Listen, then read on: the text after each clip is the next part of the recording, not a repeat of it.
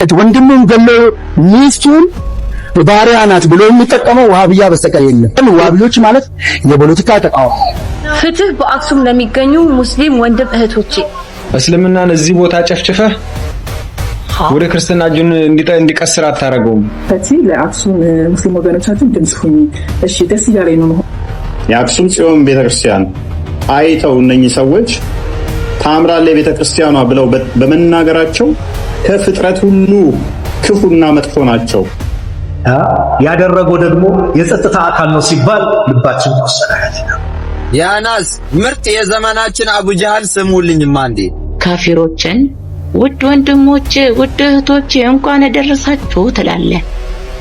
በአንደኛ ደረጃ ላይ የካፊር እህትና ወንድሙን ገሎ ሚስቱን ባሪያ ናት ብሎ የሚጠቀመው ዋሃብያ በስተቀር የለም። ዋሃቢዎች ማለት የፖለቲካ ተቃዋሚ። ሳዑዲ አረቢያ ያቋቋመች ራሱ አሁን ያለፈበት ፋሽን ነው ይሄ ነገር ይውጣልን ብሎ የከለከለችበት ጊዜ ኢትዮጵያ ሹርጉድ ማድረግ ዋሃብያ ማለት ይሄ ያለ አግባብ ነው። ትላልቅ ዓለም ትላልቅ የነሱ አዋቂ የነበሩት ትላልቅ ከሳዑዲ የታወቁ ዋሃቢዎች ምንድነው የዳሽ አስተሳሰብ ከነሱ የመጣ ነው። የአልሸባብ አስተሳሰብ ከነሱ የመጣ ነው። ጽንፈኝነት ወንድሙን ገሎ ሚስቱን ባሪያ ናት ብሎ የሚጠቀመው ዋሃብያ በስተቀር የለም። ይሄን ያህል ጥልቀት አላቸው። ግን አንናገርም። የሰው መጥፎ መናገር በእኛ ስለተከለከለ አሁን ግዴታ ስለሆነብን ነው። ህዝቡ መጠንቀቅ አለበት። ማወቅ ማንበብ መረዳት አለበት ነው። አክሱም ጽዮን ቤተክርስቲያን አይተው እነኚህ ሰዎች ታምራለች ቤተክርስቲያኗ ብለው በመናገራቸው ከፍጥረት ሁሉ ክፉና መጥፎ ናቸው። እንዴት ነው ታዲያ አብረው ሊኖሩ የሚችሉት? የደስ የአክሱም ህዝቦችን አሁን ምን ልትላቸው ማለት ነው? እናንተ ከሰይጣንም በላይ መጥፎች ናቸው። ባይዘ ይሄ ተብሏል። እንትና ሲለው ሰምታላል። ቪዲዮ ሰርችበታለሁ። የድሬዳዋ ከንቲባ ቁርአናችንም ይላቸዋል ብሎ ትንሽ አስደምጣቸው። ወይንም እነኚህ ከፍጥረታት ሁሉ መጥፎች ይላቸዋል ብሎ እንትኑ ሲል ሰምተዋል። አሰምቸዋለሁ። አክቹአሊ አብዛኛው ክርስቲያኑ አያውቀውም። ሙስሊሞቹ ግን ታክቲካል ናቸው። ሲስተማቲክ በሆነ ሁኔታ ነው የሚሰሩት። የድሬዳዋው ከንቲባ አምልጦት ነው የተናገረው። ስሜታዊ ሆኖ አውጧት በሚስጥር ነው የሚይዟት። ቁርአኑ እንደሚለው ሐዲሱ እንደሚለው መጽሐፉ እንደሚገልጸው ትግራዮችን እንዴት እንደሚገልጻቸው አምልጦት ተናግሮታል። የኛው ኢቭን ትግራዮች ያውቁታል። አይ ዶንት ኖ የሚያውቁ አይመስለኝም። ዚስማሽ ሶሪ እንደዚህ ጥላቻ እንደተዘራባቸው መጽሐፍቶቹ ላይ እንዳሉ እነኚህ ትንሾች ናቸው። ገና ምናወጣቸው አሉ። ቀጣይ እኔስ ቀጥልሽ። ያ ይሄ እንግዲህ የምታዩት ግለሰብ ማለት ነው የድሬዳዋ አይ ቲንክ መስተዳድር ነው መሰለኝ ነው ሙስሊም ነው እና ስለ ትግራዮች አንድ የተናገረው ነገር ነበር በአንድ ወቅትና ሃይማኖቱ ላይ ያለውን ነገር ጠቅሶ ነው እየተናገረ ያለው ሙስሊም በመሆኑ ማለት ነው። እና የሚሉትን አዳምጡት።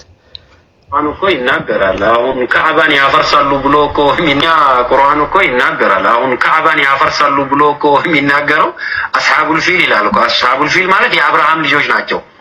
የአብርሃም ልጆች ሌላ ቦታ አይደለም፣ አንዱ ትግራይ ናቸው። ከሰው ዘር ያልተፈጠሩ እንደውም ዳቢሎስ ከነሱ ይሻላል ብዬ ተስፋ አደርጋለሁ። ዳቢሎስ እኮ እንደነሱ አይነት ተንኮል የለውም። በቃ ሲፈልግ ይለብጣል፣ ሲፈልግ የፈለገውን ነገር ነው እንጂ የሚያደርገው። እነሱ ቢመጣ እሱም የኔ አካል አይደሉም ብሎ ነው የሚክዳቸው። በህይወት እንኳን ኖሮ ብትጠይቃቸው ይሄንን ሊገልጹ አይችሉም። ኦኬ ያ ከፍጥረት ሁሉ መጥፎ ናቸው የሚለውን ናሬሽን ከፍጥረት ሁሉ መጥፎ ናቸው የሚለውን ትረካዞ ነው እንግዲህ ቁርአናችንም ይለዋል። ትግራዮችን ከፍጥረት ሁሉ መጥፎ ናቸው ቁርአናችንም ይላቸዋል ብሎ የተነሳው ምንድነው? አስተምሮቱ ስለሆነ ነው፣ እምነቱ ስለሆነ ነው።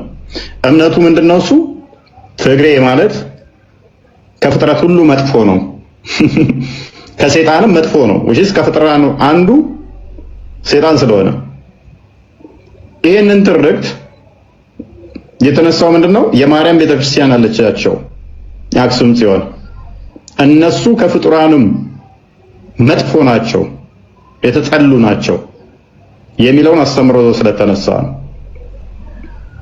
አሁን አክሱም ጽዮን ጋር ሄደህ አክሱም ጽዮንን እያየህ ደም አይናቸው የሚለብሰው ለምንድን ነው? አስቀድሞ ነብያቸው ስላለ የምን ቤተክርስቲያን አስመርና አሳያቸው። ማርያም ቤተክርስቲያን አዲሱ መልሰው የማርያም ቤተክርስቲያን ማርያም የሚለውን አስመርበት። it was called ማርያም ያያችሁ አክሱም ታተናቢያቸው ነጠላ የለበሰ ሲያዩ ደማቸው የሚፈላው አክሱም ላይ ደግሞ ይሄን ማድረግ አልቻሉም። ስለዚህ መንግስትን ተደግፈው ራሳቸው ጠብ እያስነሱ ማስጨፍጨፍ ይፈልጋሉ። የዋሃቢያ ሴራ ይሄ ነው። ግን እንቀጥል። የማርያም ቤተክርስቲያን አለቻችሁ መንፈሱ የሙሐመድን አስጨንቆት እኮ ነው ታውቃለህ። የአክሱም ጽዮን አስጨንቀዋለች።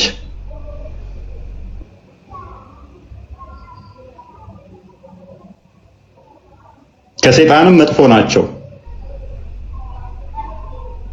ይሄን አዲስ ቀደት ጥላለህ ወይንስ አክሱም ጽዮን ጋር ሄደህ እናንተ እቺ አክሱም ጽዮን ያለቻችሁ እነዚህ ናቸው ትላለህ?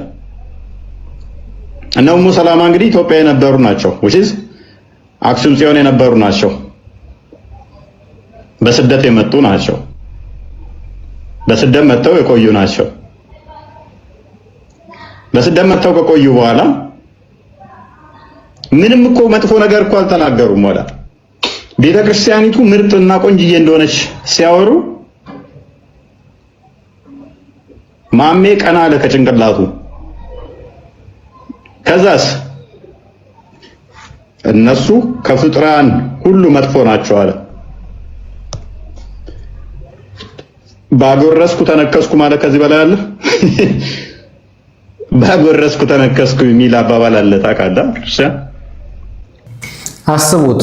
የመሐመድ ዘመዶች ተሰደው የራሱ ወገኖች አልቀበል ሲሉት ቤተሰቦቹ ወደ ኢትዮጵያ ልኮ ኢትዮጵያ ውስጥ ተቀብለውት በሰላም አስተናግደውት ከዛ ውስጥ ሁለቱ ክርስቲያን ሆነው እዚህ ቀርተው ከዛ ያዩትን ነገር ደግሞ ለመናገር ሲሄዱ እና ያዩትን የጽዮን ማርያም በዛን ጊዜ 12 ቤተ መቅደስ የነበራት ነበር። ጽዮን ማርያም እዛ አክሱም ቤርኩሳ ላይ አይቼዋለሁ የነበረበት መቅደስ የነበረበት 12 ጉላት የነበረው ትልልቅ በጣም ግዙፍ የነበረ ነው። ያንን ነገር ተደንቀው ሲነግሩት ለመሐመድ አሁን እነዛ በጣም ደግ ህዝቦች ናቸው፣ እናንተን ቤተሰቦችን እኮ ተቀበሉልኝ አሸሹልኝ አይደለም ያለው። አይኑ ደም የቀላው አይኑ ደም ቀላ። እንዴት ኢትዮጵያን ያሞግሳሉ ብለው ግን ቤተሰቦቹን ለማሳረፍ የላከው ግን እዚህ ነው። ልብ በሉ። ተረከዙን አነሳብኝ ይባላል። እሱ ለዳዊት ዳዊትም የተናገረው ነው። ለእንትና ማን ነበር? ለይሁዳ አይሁዳ ሁለቱም ይሁዳም ትርጉም የለውም። አንተ እኮ ያልከው አይሁዳ። አይ ለይሁዳ ነው ያልኩት። አይሁዳ ነው ያልኩት። አክቹዋሊ ለይሁዳ በሚለው ነው ያዘው። ስለዚህ ይሄ አካል ሁለት ዲን አንድ ቦታ ላይ አብሮ ኤግዚስት ማድረግ የለበትም ብሏል አይደል መሐመድ። ሁለት ሃይማኖት በአንድ ቦታ ሊኖሩ አይችሉም። እኔ ታዘዝኩት ሌላውን ላሸበር ነው ብሏል። እናንተም ተዘጋጁላቸው ሱራ 8:60 እንደከፈተው ተዘጋጁላቸው ለማሸበር ብሏል። ለዚህ ነው ብዙ ጊዜ የማሸበርን ተልኳቸውን ለማሳካት የሚጥሩት ትንሽ ሆነው እንደ ብዙ ሆነው ለማሸበር የሚታገሉት ይሄ ትእዛዝ ስላለ ነው።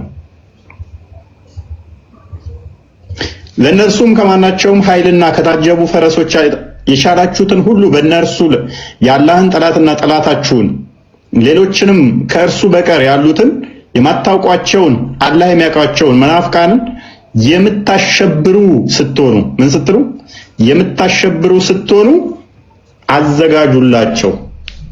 ምን በሉላቸው? አዘጋጁላቸው። ባይዘይ ገና ለወደፊት እኮ ነው እየተዘጋጀ መሳሪያ የምታስቀምጠው ቢላ እየመወረድክ ማለት ነው ወደፊት ለማሸበር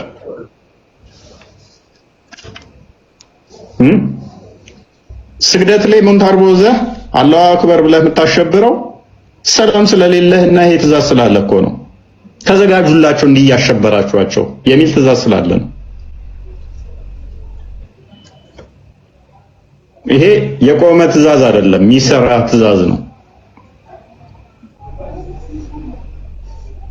እና ትግራይን ተፍጥሯን በላይ ከየትኛው ፍጡር አላነጻጽረውም ከሰይጣንም በላይ መጥፎ ናቸው እያልክ መልሶ ደግሞ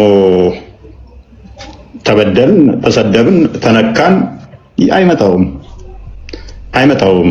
ቻይና ወዳ አይደለም እስልምና ሊታከሙት የሚገባው የአይምሮ በሽታ ነው ያለችው። ወዳ አይደለም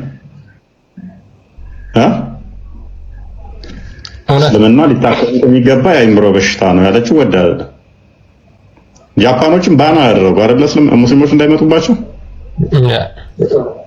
እና እንዳይቀበሩባቸው ነው ብቻ እንደዛ ነገር እንትን ብላለች። እንትን እያለ ነበር ምንም አይነት እስልምና እንትን እንዳይሉ። ኢቭን ኢሮፓኖች እኮ ናቸው አሁን ያበላሿቸው። የአረቦቹን አይተሃል አይደል? ሙስሊሞቹን እነኚህ ዋብዮቹን ከኛ በላይ አታውቋቸውም። እያባለጋቸዋቸው ነው። እኛ እየገረፍን ከአረብ ምድር ላይ እያባረርናቸው ነው። እናንተ ግን ቦታ እየሰጣችሁ እያባለጋቸዋቸው ነው እያሉ ነው አረቦቹ።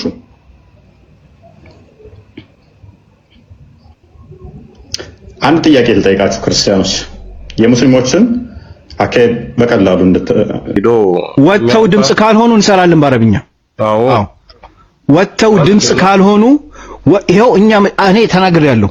ወጥተው ድምጽ ካልሆኑ እኛ ያለነው አረብ ሀገር ነው። አረብ ሀገር ነው ያለነው። እምነታችን እየተከበረልን ነው። አረብ ሀገር ላይ ኢማራት ላይ ቤተክርስቲያን የራሳችን ተከራይተንም ገዝተንም ይሄው ጸሎታችን ያደረግን ነው። እባካችሁን አክሱም ላይ ያሉት ሙስሊሞች መብታቸው ይከበርላቸው ብለው ድምጽ ካልሆኑላቸው እኛም በአረብኛ ቪዲዮ እናስተላልፋለን። በቃ ይሄ ነው እንዴ? ታዲያ ዝም ብለን ነው ምንድነው? ወንድሞቻችን ሲደበደቡ እንዴ ይሄ አባት ምን አጠፋ? ባለፈው ይሄ ልጅ ቢኒ ምናምን የምትሉት ወስቶ እንደዛ የኦርቶዶክስ እምነትን ቤተክርስቲያን ሲሳደብ ወተን ስንቃወም አልነበረም? ዛሬ ይሄ ልጅ እንደዚህ ከተሳደበ ነገም ተነስቶ ሙስሊሙን ይሳደባል። የሚገባውን ቅጣት ማግኘት አለን ብለን ከጎናችሁ ቁመን ስንከራከርላችሁ አልነበረም? ላይም ገብተን ስንቃወም አልነበረም? እናንተስ ዛሬ ሙስሊሙ ላይ አክሱም ላይ እየደረሰ ያለው መች ነው? በቤታችሁ ወጣችሁ አንድ ነገር ስትናገሩ ያየ ነው። ያሳዝናል። ኦኬ እሺ ቀጥል ሀቢብ የምትለው ነገር ካለ ብቻ አላህ ያግዛቸው እዛ ያሉትም እኛም ሰላም ቲክቶክ። እሺ ፈቲ ለአክሱም ሙስሊም ወገኖቻችን ድምጽ ሁኚ። እሺ ደስ እያለኝ ነው መሆኑ፣ ግን ከዛ በፊት ግን አንድ ነገር ማለት ፈልጋለሁ። ይሄ ድምጽ ዝም ብሎ ሳምንት ወርቶ ወይ እርስ በርስ ወርቶ እንዲቀር ስለማልፈልግ ኢንተርናሽናሊ ተጽዕኖ አድርጎ እንደዚህ አይነት ነገሮች እንዲቆሙ ነው የምፈልገው። በነገራችን ላይ ማለት ነው አንድ ደግሞ ሌላ መናገር ፈልገው ነገር እኔ ሃይማኖት ላይ ፖለቲካ ላይ ብሔር ላይ መግባት አልፈልግም እና ደግሞ ካሁን በኋላ ይሄ የመጨረሻ ቪዲዮ ነው የሚሆነው። ምክንያቱም ባለፈው ለአርሲ ላይ ላሉ ክርስቲያን ወገኖቻችን ድምጽ ሁኚ ስለነበረ አሁን ደግሞ ለሙስሊምና ወንድሞቼ ደግሞ ድምጽ ሆናለሁ። ግን እንደዚህ አይነት ቪዲዮ መስራት ኖርማሊ አልፈልግም ማለት ሃይማኖት፣ ፖለቲካ፣ ብሔር ምናምን ውስጥ መግባት አልፈልግም። ግን ደግሞ ጸጣላችሁ ማለት ያን ነገር አላወገዛችሁ ማለት አይደለም። ገብቷችሁ አላውቁ ሰዎች ቢቃወሙ የሚደረገውን ነገር ባይፈልጉ ግን ወጥተው ደግሞ ድምጽ ማይሆኑ አሉ። ምክንያቱም ለአንዱ ተናግራችሁ አሁን ለአንዱ ባትናገሩ ሰው ጃጅ ያደርጋችኋል። ለዛ እንትን ብላችሁ ነበር ማለት ለዛ ሃይማኖት ተናግራችሁ ለዛ ተናግራችሁ ለዛ ብሔር ወጣችሁ ለዛ ተናግራችሁ ምናምን ብዙ ነገሮች ነው የሚመጡ። ፍትህ በአክሱም ለሚገኙ ሙስሊም ወንድም እህቶቼ ፍትህ ማለት እፈልጋለሁ። በዚህ ልክ ቁርአናቸው ሲቀደድ ማየት፣ በዚህ ልክ ሂጃባቸውን ለብሰው እንዳይሰግዱ እንዳይንቀሳቀሱ ሲታገዱ ማየት በጣም ነው የሚያመው። እንደ አንድ ሴት እንደ አንድ ኦርቶዶክስ ሴት ይሄ ስሜት እኔ ውስጤን ረብሾኛል። ምክንያቱም የራሳችሁን ሃይማኖት ስትወዱና ስታከብሩ የሌላ ሰው ሃይማኖት ሲነካ አትወዱ። የት ናችሁ ዩቲዩበሮች፣ ቲክታከሮች? ለአንድ ሳምንት የምንነግዱት ነገር ይቁምና እስኪ ፍትህ በሉ። ሙስሊም መሆን አይጠበቅባችሁም። ሙስሊምን እንደዚህ ሲሆን ማየት ድምጽ ለመሆን ሙስሊም መሆን አይጠበቅባችሁም። ረጎ ደግሞ የጸጥታ አካል ነው ሲባል ልባችን ቆሰለ። ሐቂቃ የጸጥታ አካል የሀገሪቷን ሰላም አስጠብቃለሁ የሚል አካል ይሄ ነው ኢትዮጵያ እንዳታድግ የሚያደርጋት አንዱ እንደዚህ አይነት የተሰገሰጉ ስልጣን ይዘው በስልጣናቸው የእስላማዊ ጥላቻን እንደፈለጉ የሚያደርጉ አካላት ናቸው። ለውጥ እንዳይመጣ የሚያደርጉት እንደነዚህ አይነት አካላቶች ናቸው።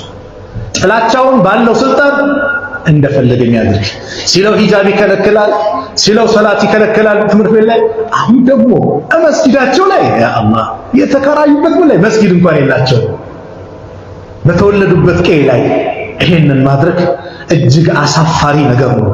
ቁርአንን መቀዳደድ፣ የአላህ ቤት ላይ የተከበረው ቤት ላይ ገብቶ እንደፈለገ መሆን ወላሂ በጣም የሚያሳፍር ውርደት ነው።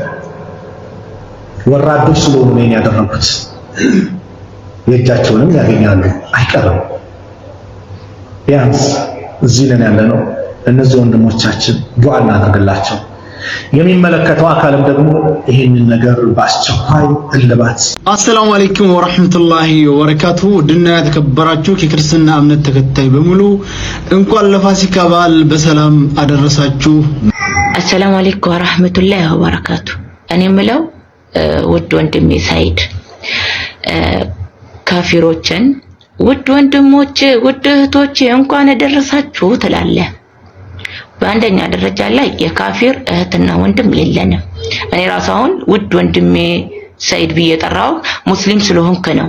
ለሙስሊም ውድ እህቶቼ ወንድሞቼ ማለት ትችላለህ። ለካፊር ግን የካፊር እህትና ወንድም የለንም በእስልምና። አንድ ሁለተኛ ደግሞ እንኳን አደረሳችሁ የምትለው ሁለት ፈጣሪ አለ ወይ? ማን ነው ያደረሳቸው እነዚህ ሰዎች? አላህ ነው እኮ ያደረሳቸው፣ ግን እነሱ ያሻርካሉ በአላህ። እሺ አንተ እንኳን አደረሳችሁ ስትል ኢየሱስ በመሰቀሉ በመሞቱ በመነሳቱ ታምናለህ ማለት ነው? እዚህ ይወጣችሁ እንኳን አደረሳችሁ እያላችሁ የምትጃጃሉ አንዳንድ ሙስሊም እህቶች ወንድሞች እንደው ታምናላችሁ ኢየሱስ በመሰቀሉ በመሞቱና በመነሳቱ? ተው አታሻርኩ። የስመ ሙስሊም ሳይሆን የተግባር ሙስሊም እንሆን። ለዓመት በዓላቸው እንኳን አደረሳችሁ ማለት አይቻልልንም። ለዓመት በዓል የተሰራ ምግብ መብላት አይፈቀድልንም። ሌላ ማህበራዊ ኑሮ መናኖር እንችላለን። በዓመት በዓላቸው ጊዜ ነው የማይፈቀድልን እንጂ ሌላ ጊዜ ላይ ፍሪ ነን። ስለዚህ ምርጥ የዘመናችን አቡ ጀሃል ስሙልኝማ እንዴ። አሰላሙ አለይኩም ወራህመቱላሂ ወበረካቱ። ድና የተከበራችሁ የክርስትና እምነት ተከታይ በሙሉ እንኳን ለፋሲካ በዓል በሰላም አደረሳችሁ። መልካም በዓል ይሆንላችሁ። ማለት ውድ ክርስቲያኖች አሰላሙ አለይኩም። እኔ እስከማውቀው ሰላምታ ማድረስ ያለ ነው፣ ችግር የለውም። ለክርስቲያን ሰላምታ መለዋወጥ ትችላለህ። ግን እንዴት ነው አሰላሙ አለይኩም የምትለው? በምን ሰባስበህ ነው? የእውነት ማለት መሀይም ሆነ ዛሬ ገና በትክክለኛው ጊዜ ተረዳው። ካሁን በፊት ምንም አታውቅም አንተ፣ ባዶ ጭንቅላት ነህ፣ አላዋቂ ነህ አንተ። ታዋቂ ነህ እንጂ ከእውቀት ነፃ ነህ ስልህ እኮ እኔ በምክንያት ነው። አድርሱልኝ በእናታችሁ ይሄን ቪዲዮ አድርሱልኝ። ይሄን ቪዲዮ እውቀትን ገበይ፣ መጀመሪያ እውቀትን ግዛ፣ እውቀትን ተማር። ከዛ በኋላ ህይወት ይሰምርልሃል ማለት ነው። ያለ እውቀት ባዶ ጭንቅላት ባዶ ህይወት ነው የምትኖር። መጠጥና ጭፈራ ቤት ወይንም ዝሙት ቤት የማያረክሰውን ምድር የሙስሊም ጀሰድ ያረክሰዋል ብለው ነው የሚያስቡት። ተባባ ማህበረሰቡን እንደ ማህበረሰብ ካየ ነው አሁን ላይ በክለውታል። የበከሉት እነማን ናቸው? የፖለቲካ ነጋሪዎችና ጽንፈኛ የሆኑ የሃይማኖት አባቶች። ግለሰቦች አይ ቲንክ 6 ቀበሌ ወይንም እንደዛ መሰለኝ ባለሳሳት አክሱም ላይ ያለው በእነዚህ 6 ቀበሌ ውስጥ ሁሉም ባለሀብቶች ወይንም ሰው ካለው ቤት ላይ 2 በ2 ወይም 3 በ3 የሆነች ክላስ መስጊድ አድርጎ ነው የሚጠቀም። ጁምዓ ቀን እንዳየው ፀሐይ እየገረፈው ዝናብም ካለ ዝናብ እየዘነበበት ነው ጁምዓውን የሚሰግደው። በሳምንት አንዴ ነው እንደነገርኩ ማይክ የሚጠቀም። የማህበረሰብ 13 መስጂድ አለው አክሱም ላይ ተብሎ ይወራል። መስጂድ እየተባለ ያለው አሁን ያለንበትን እቺና 3 በ3 ወይ 2 በ2 የምትሆን ክላስ አታክል 10 ሰው እንኳን መያዝ የማይችል መስጂድ ነው። ሰው ከራሱ ንብረት ላይ ቆርጦ የሰጠውን መስጂድ አለው ተብሎ የሚወራው ያ አክሱም ላይ አንድ የጤና እክል የነበረበት ቄስ ነበረ መምህር። ከዛ ምን ይላቸዋል? ሞቷል ይሄ ቄስ በህይወት የለም። ከዛ እናንተ ሰዎች ለሙስሊሞች እኮ አንድ መስጂድ አንድ ቦታ ላይ አንድ መስጂድ እንዲሰሩ ብትፈቅዱላቸው ኖሮ በየቦታው ሰው የራሱን ቤት መስጂድ እያደረገ አክሱም ላይ መስጂድ ባልበዛ ነበረ። ከዛ አንድ ቦታ አንድ መስጂድ ከሰጠናቸው አንድ ቦታ ላይ ነው የሚሰበሰቡት፣ ለመጨረስም ይመቸናል ብሎ የተናገረው ንግግር አለ።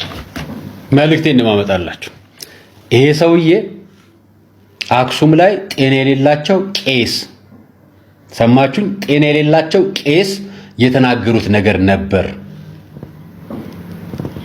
እና ለሙስሊሞች አንድ ቦታ ቢሰጣቸውና ሲጀምር ጤና የሌላቸው ቄስ ቪዲዮ አሁን ደግሞ ሞተዋል የሉም ቪዲዮ የላቸው ማስረጃ የላቸው ትርክት እየተሰራ ነው። ይሄ መሰራት የጀመረው ዘንድሮ አይደለም ረጅም ጊዜ ነው። ለምን ሙስሊሞች እዛ አልኖሩም? ለምን እዚህ ኖሩ? ለምን እዛ ቦታ አይፈጠሩም? አይመለከተንም። መንግስት የሃይማኖት እኩልነት ብሎ በህገ መንግስት አንቀጽ 27 ያጸደቀው መረጃ አለ ለሁሉም የሃይማኖት እምነት ተቋማቶች። ማንም የራሱን እምነት ማመን፣ የማምለካ ስፍራ መጠየቅ፣ የማምለካ ስፍራ ከመንግስት መቀበል የራሱ መብት አለ። የትኛውም እምነት አሁን እቺ ተመጣና የራስን ፈቃድ ለማስፈቀድ ኦርቶዶክስ ጋር መምጣት ቄስ ጋር ትመጣላችሁ። አንደኛው ትክክል ያልሆነው ነገር ግንባታው የትላንት የዛሬ አይደለም። ዛሬ እንደዚህ ጠፋ የተባለው ጉዳይ አጀንዳ ብቻ አይምሰላችሁ። እንዴት እንደሆነ የሚነግረን ሰው ደግሞ አመጣላችኋል። እቺ ታሪክ ተንኮሏ ቀድማ ነው የተሰራችው። በነገራችን ላይ ችግር የለም የሚል እምነት ኖሮኛ ያውቅ መስጊድ ሄዶ ይቃጠል ቁርአን ያው ለምን ለኔ መጽሐፍ ቅዱስ አይቀደረብኝ እንደምለው አይነካብኝ እንደምለው ቤተክርስቲያን ትከበር እንደምለው መስጊዳቸው የሚከበር ይሄ መብታቸው። ይሄንን ስንል ግን የናንተ መስጊድ መከበር ከኦርቶዶክስ መሰደብ ጋር መያያዝ የለበት። ያ የናንተ መብት አይደለም፣ የኛ መብት አይሆንም። የራሳችን ለማስከበር ሙስሊሞችን መናገር አይጠበቅብንም። ሙስሊሙ ጤነኛ ያልሆነ ሰው የሞተ ሰው ነበረ እንዲህ ተናግሮ አልፎ ነበር ብዬ ታሪክ መፍጠር አይፈልግም። ይሄ ትርክት እየፈጠረ ይሄ አደገኛ አካሄድ ነው። እቺና አካሄድ እንደምትመጣ አላሳያችሁ። ኢጃብና ኒቃብ በምትል ጉዳይ አጀንዳ ተነስታ ከትግራይ ክልል መንግስት ጋር ሰፊ አጀንዳ ተደርጓል። እዛ ያሉ በቤተ ክርስቲያን ሰዓት መተዳደር ያቃታቸው ቅዱስ ሲኖዶስ እምቢ ያሏቸው አልታዘዝ ያሉ ጳጳስ ነኝ ያሉ የተቀመጡ ሰዎች የሚናገሩት ንግግር እንደ ኢትዮጵያ ኦርቶዶክስ ተዋሕዶ ቤተክርስቲያን አድርጎ መናገር ወንጀል።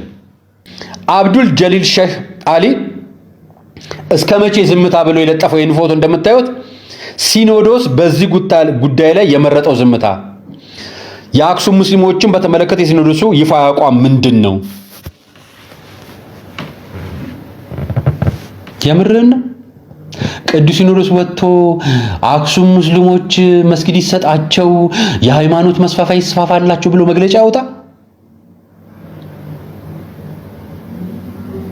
ንገረን እስኪ። የአርሲ ጉዳይ ይነሳል ለማካካሻ ተደርጎ አርሲ ማን እንደሚጨፈጨፈው እናውቃለን። እሱን መረጃ ሰባስቦ ለህግ ማቅረብ እየተቻለ ከሳሹም ተከሳሹም ራሳቸው ሆነው ብለ የሰራኸውን የማህበራዊ ሚዲያ ፖለቲካ እንዲህ አይነት ፖለቲካ ሲሰሩ ለሞቱት ነፍስ ይማር ስላላችሁ እናንተ ለአጋርነት እንደቆማችሁ ሌላው ደግሞ ለአጋርነት እንዳልቆመ ለማድረግ ትጥራላችሁ። እውነታችሁን ነው።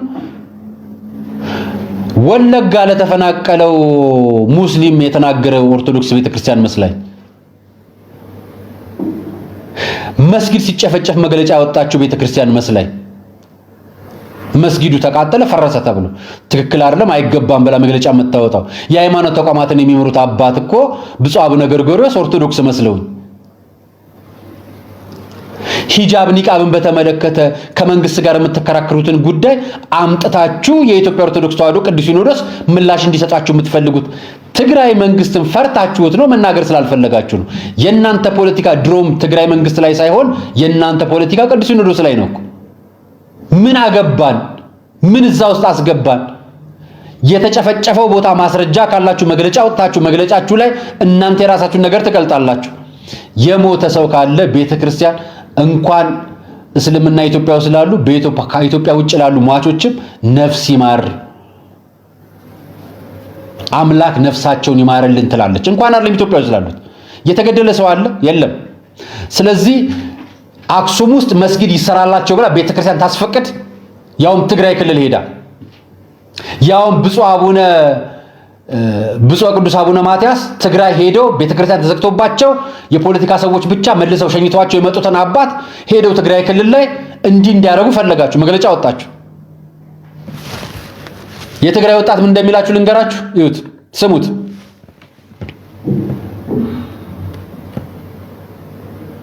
የኢትዮጵያ ሕዝቦች በሙላችሁ ሙስሊሙና ክርስቲያን ወንድሞቻችን እህቶቻችን በአክሱም ከተማ የተካሄደው በሁለት ሶስት ሰዎች የማይሆኑ የተፈጠረው ጸብ ምክንያት በማድረግ ሁለታቸው ወንድሞች ነው። ወዳችሁ ጠላችሁ ሙስሊምና ክርስቲያን ተለያይቶ አያውቁም። አንድ ነው። ከባለፈ ታሪካችን መማር እንችላለን። አሁንም በተቻለ ነገር ስለሚረግ ወይም ደግሞ ስለሚሸማገሉ ዝም ብላችሁ ጣልቃ እየገባችሁ ወደ ሌላ አቅጣጫ አትወሰዱ። ሁለታችሁ ሰማችሁ? እዛ ሁለት ሰዎች እርስ በርስ ጠባቸውን መታችሁ ጣልቃ አትግቡብን፣ ነገር አታባዙ፣ ነገር አታግንኑ እያላችሁ እዛው ከአክሱም ከትግራይ ነው የምነግራችሁ እኔ አይደለም። እና አክሱም ላይ የምትደረግ ቀጣይ አጀንዳ አለች ማለት ነው። ሁሉ ጊዜ በሰሜኑ አካባቢ ለምትፈጠር ነገር አጀንዳ በጣም የሚያራግቡ አካላት አሉ። በጣም በእውነት ሆነ ብለው እኛ መስጊድም ቸርችም ቤተክርስቲያንም ምንም እንዲሆን አንፈልግም። ሰዎችም በእምነታቸው እንዲገጩ እንዲገደሉ ፈልገን አናውቅም። ይሄም ከተደረገ ትክክል አይደለም በአቋም ደረጃ። ነገር ግን ቤተክርስቲያን መስጊድ ይሰራ ብላ መግለጫ አታወጣም። የእናንተ መስጊድ ቸርች ይሰራ ቤተክርስቲያን ይሰራ ብላችሁ እንደማታወጡት ሁሉ ማለት ነው። ስለዚህ እናንተ የእውነት ጩኸታችሁን ጩሁ። የሚጠየቀውን የመንግስት አካል ታውቃላችሁ። ቄስ ብላችሁ ተረት የሰራችሁት ዛሬ አይደለም ትላንትና ነው። የዛሬ 3 ዓመት የተሰራ ቪዲዮ ነው። ቪዲዮ ዘንድሮ ውጤት ያመጣል። የምክር ቤት አፈ ጉባኤ የተናገረችው አምና ነው፣ ዘንድሮ አይደለም። ይሄን የተናገረችው ስለ ኒቃብና ሂቃብ አጀንዳው አክሱም ላይ መራገብ ሲጀምር ነው። የከለከለ የመንግስት አካል የለም። ትግራይ ላይ ያለውን ጉዳይ የምታውቁት እዛ ያላችሁ የሃይማኖት ተቋማቶች ናቸው። እናንተ እዛው ፍቱት። እዚህ ሲመጣ አጀንዳው የሃይማኖት ግጭት መፍጠር ይሆናል። ለዚህ ማራግበው ብፁዕ አቡነ ወቅዱስ አቡነ ማትያስን አምጥተው ፎቶ ለጥፈው እና አብዱል ጀሊል አጀንዳ መነጋገሪያ ያደርጉታል።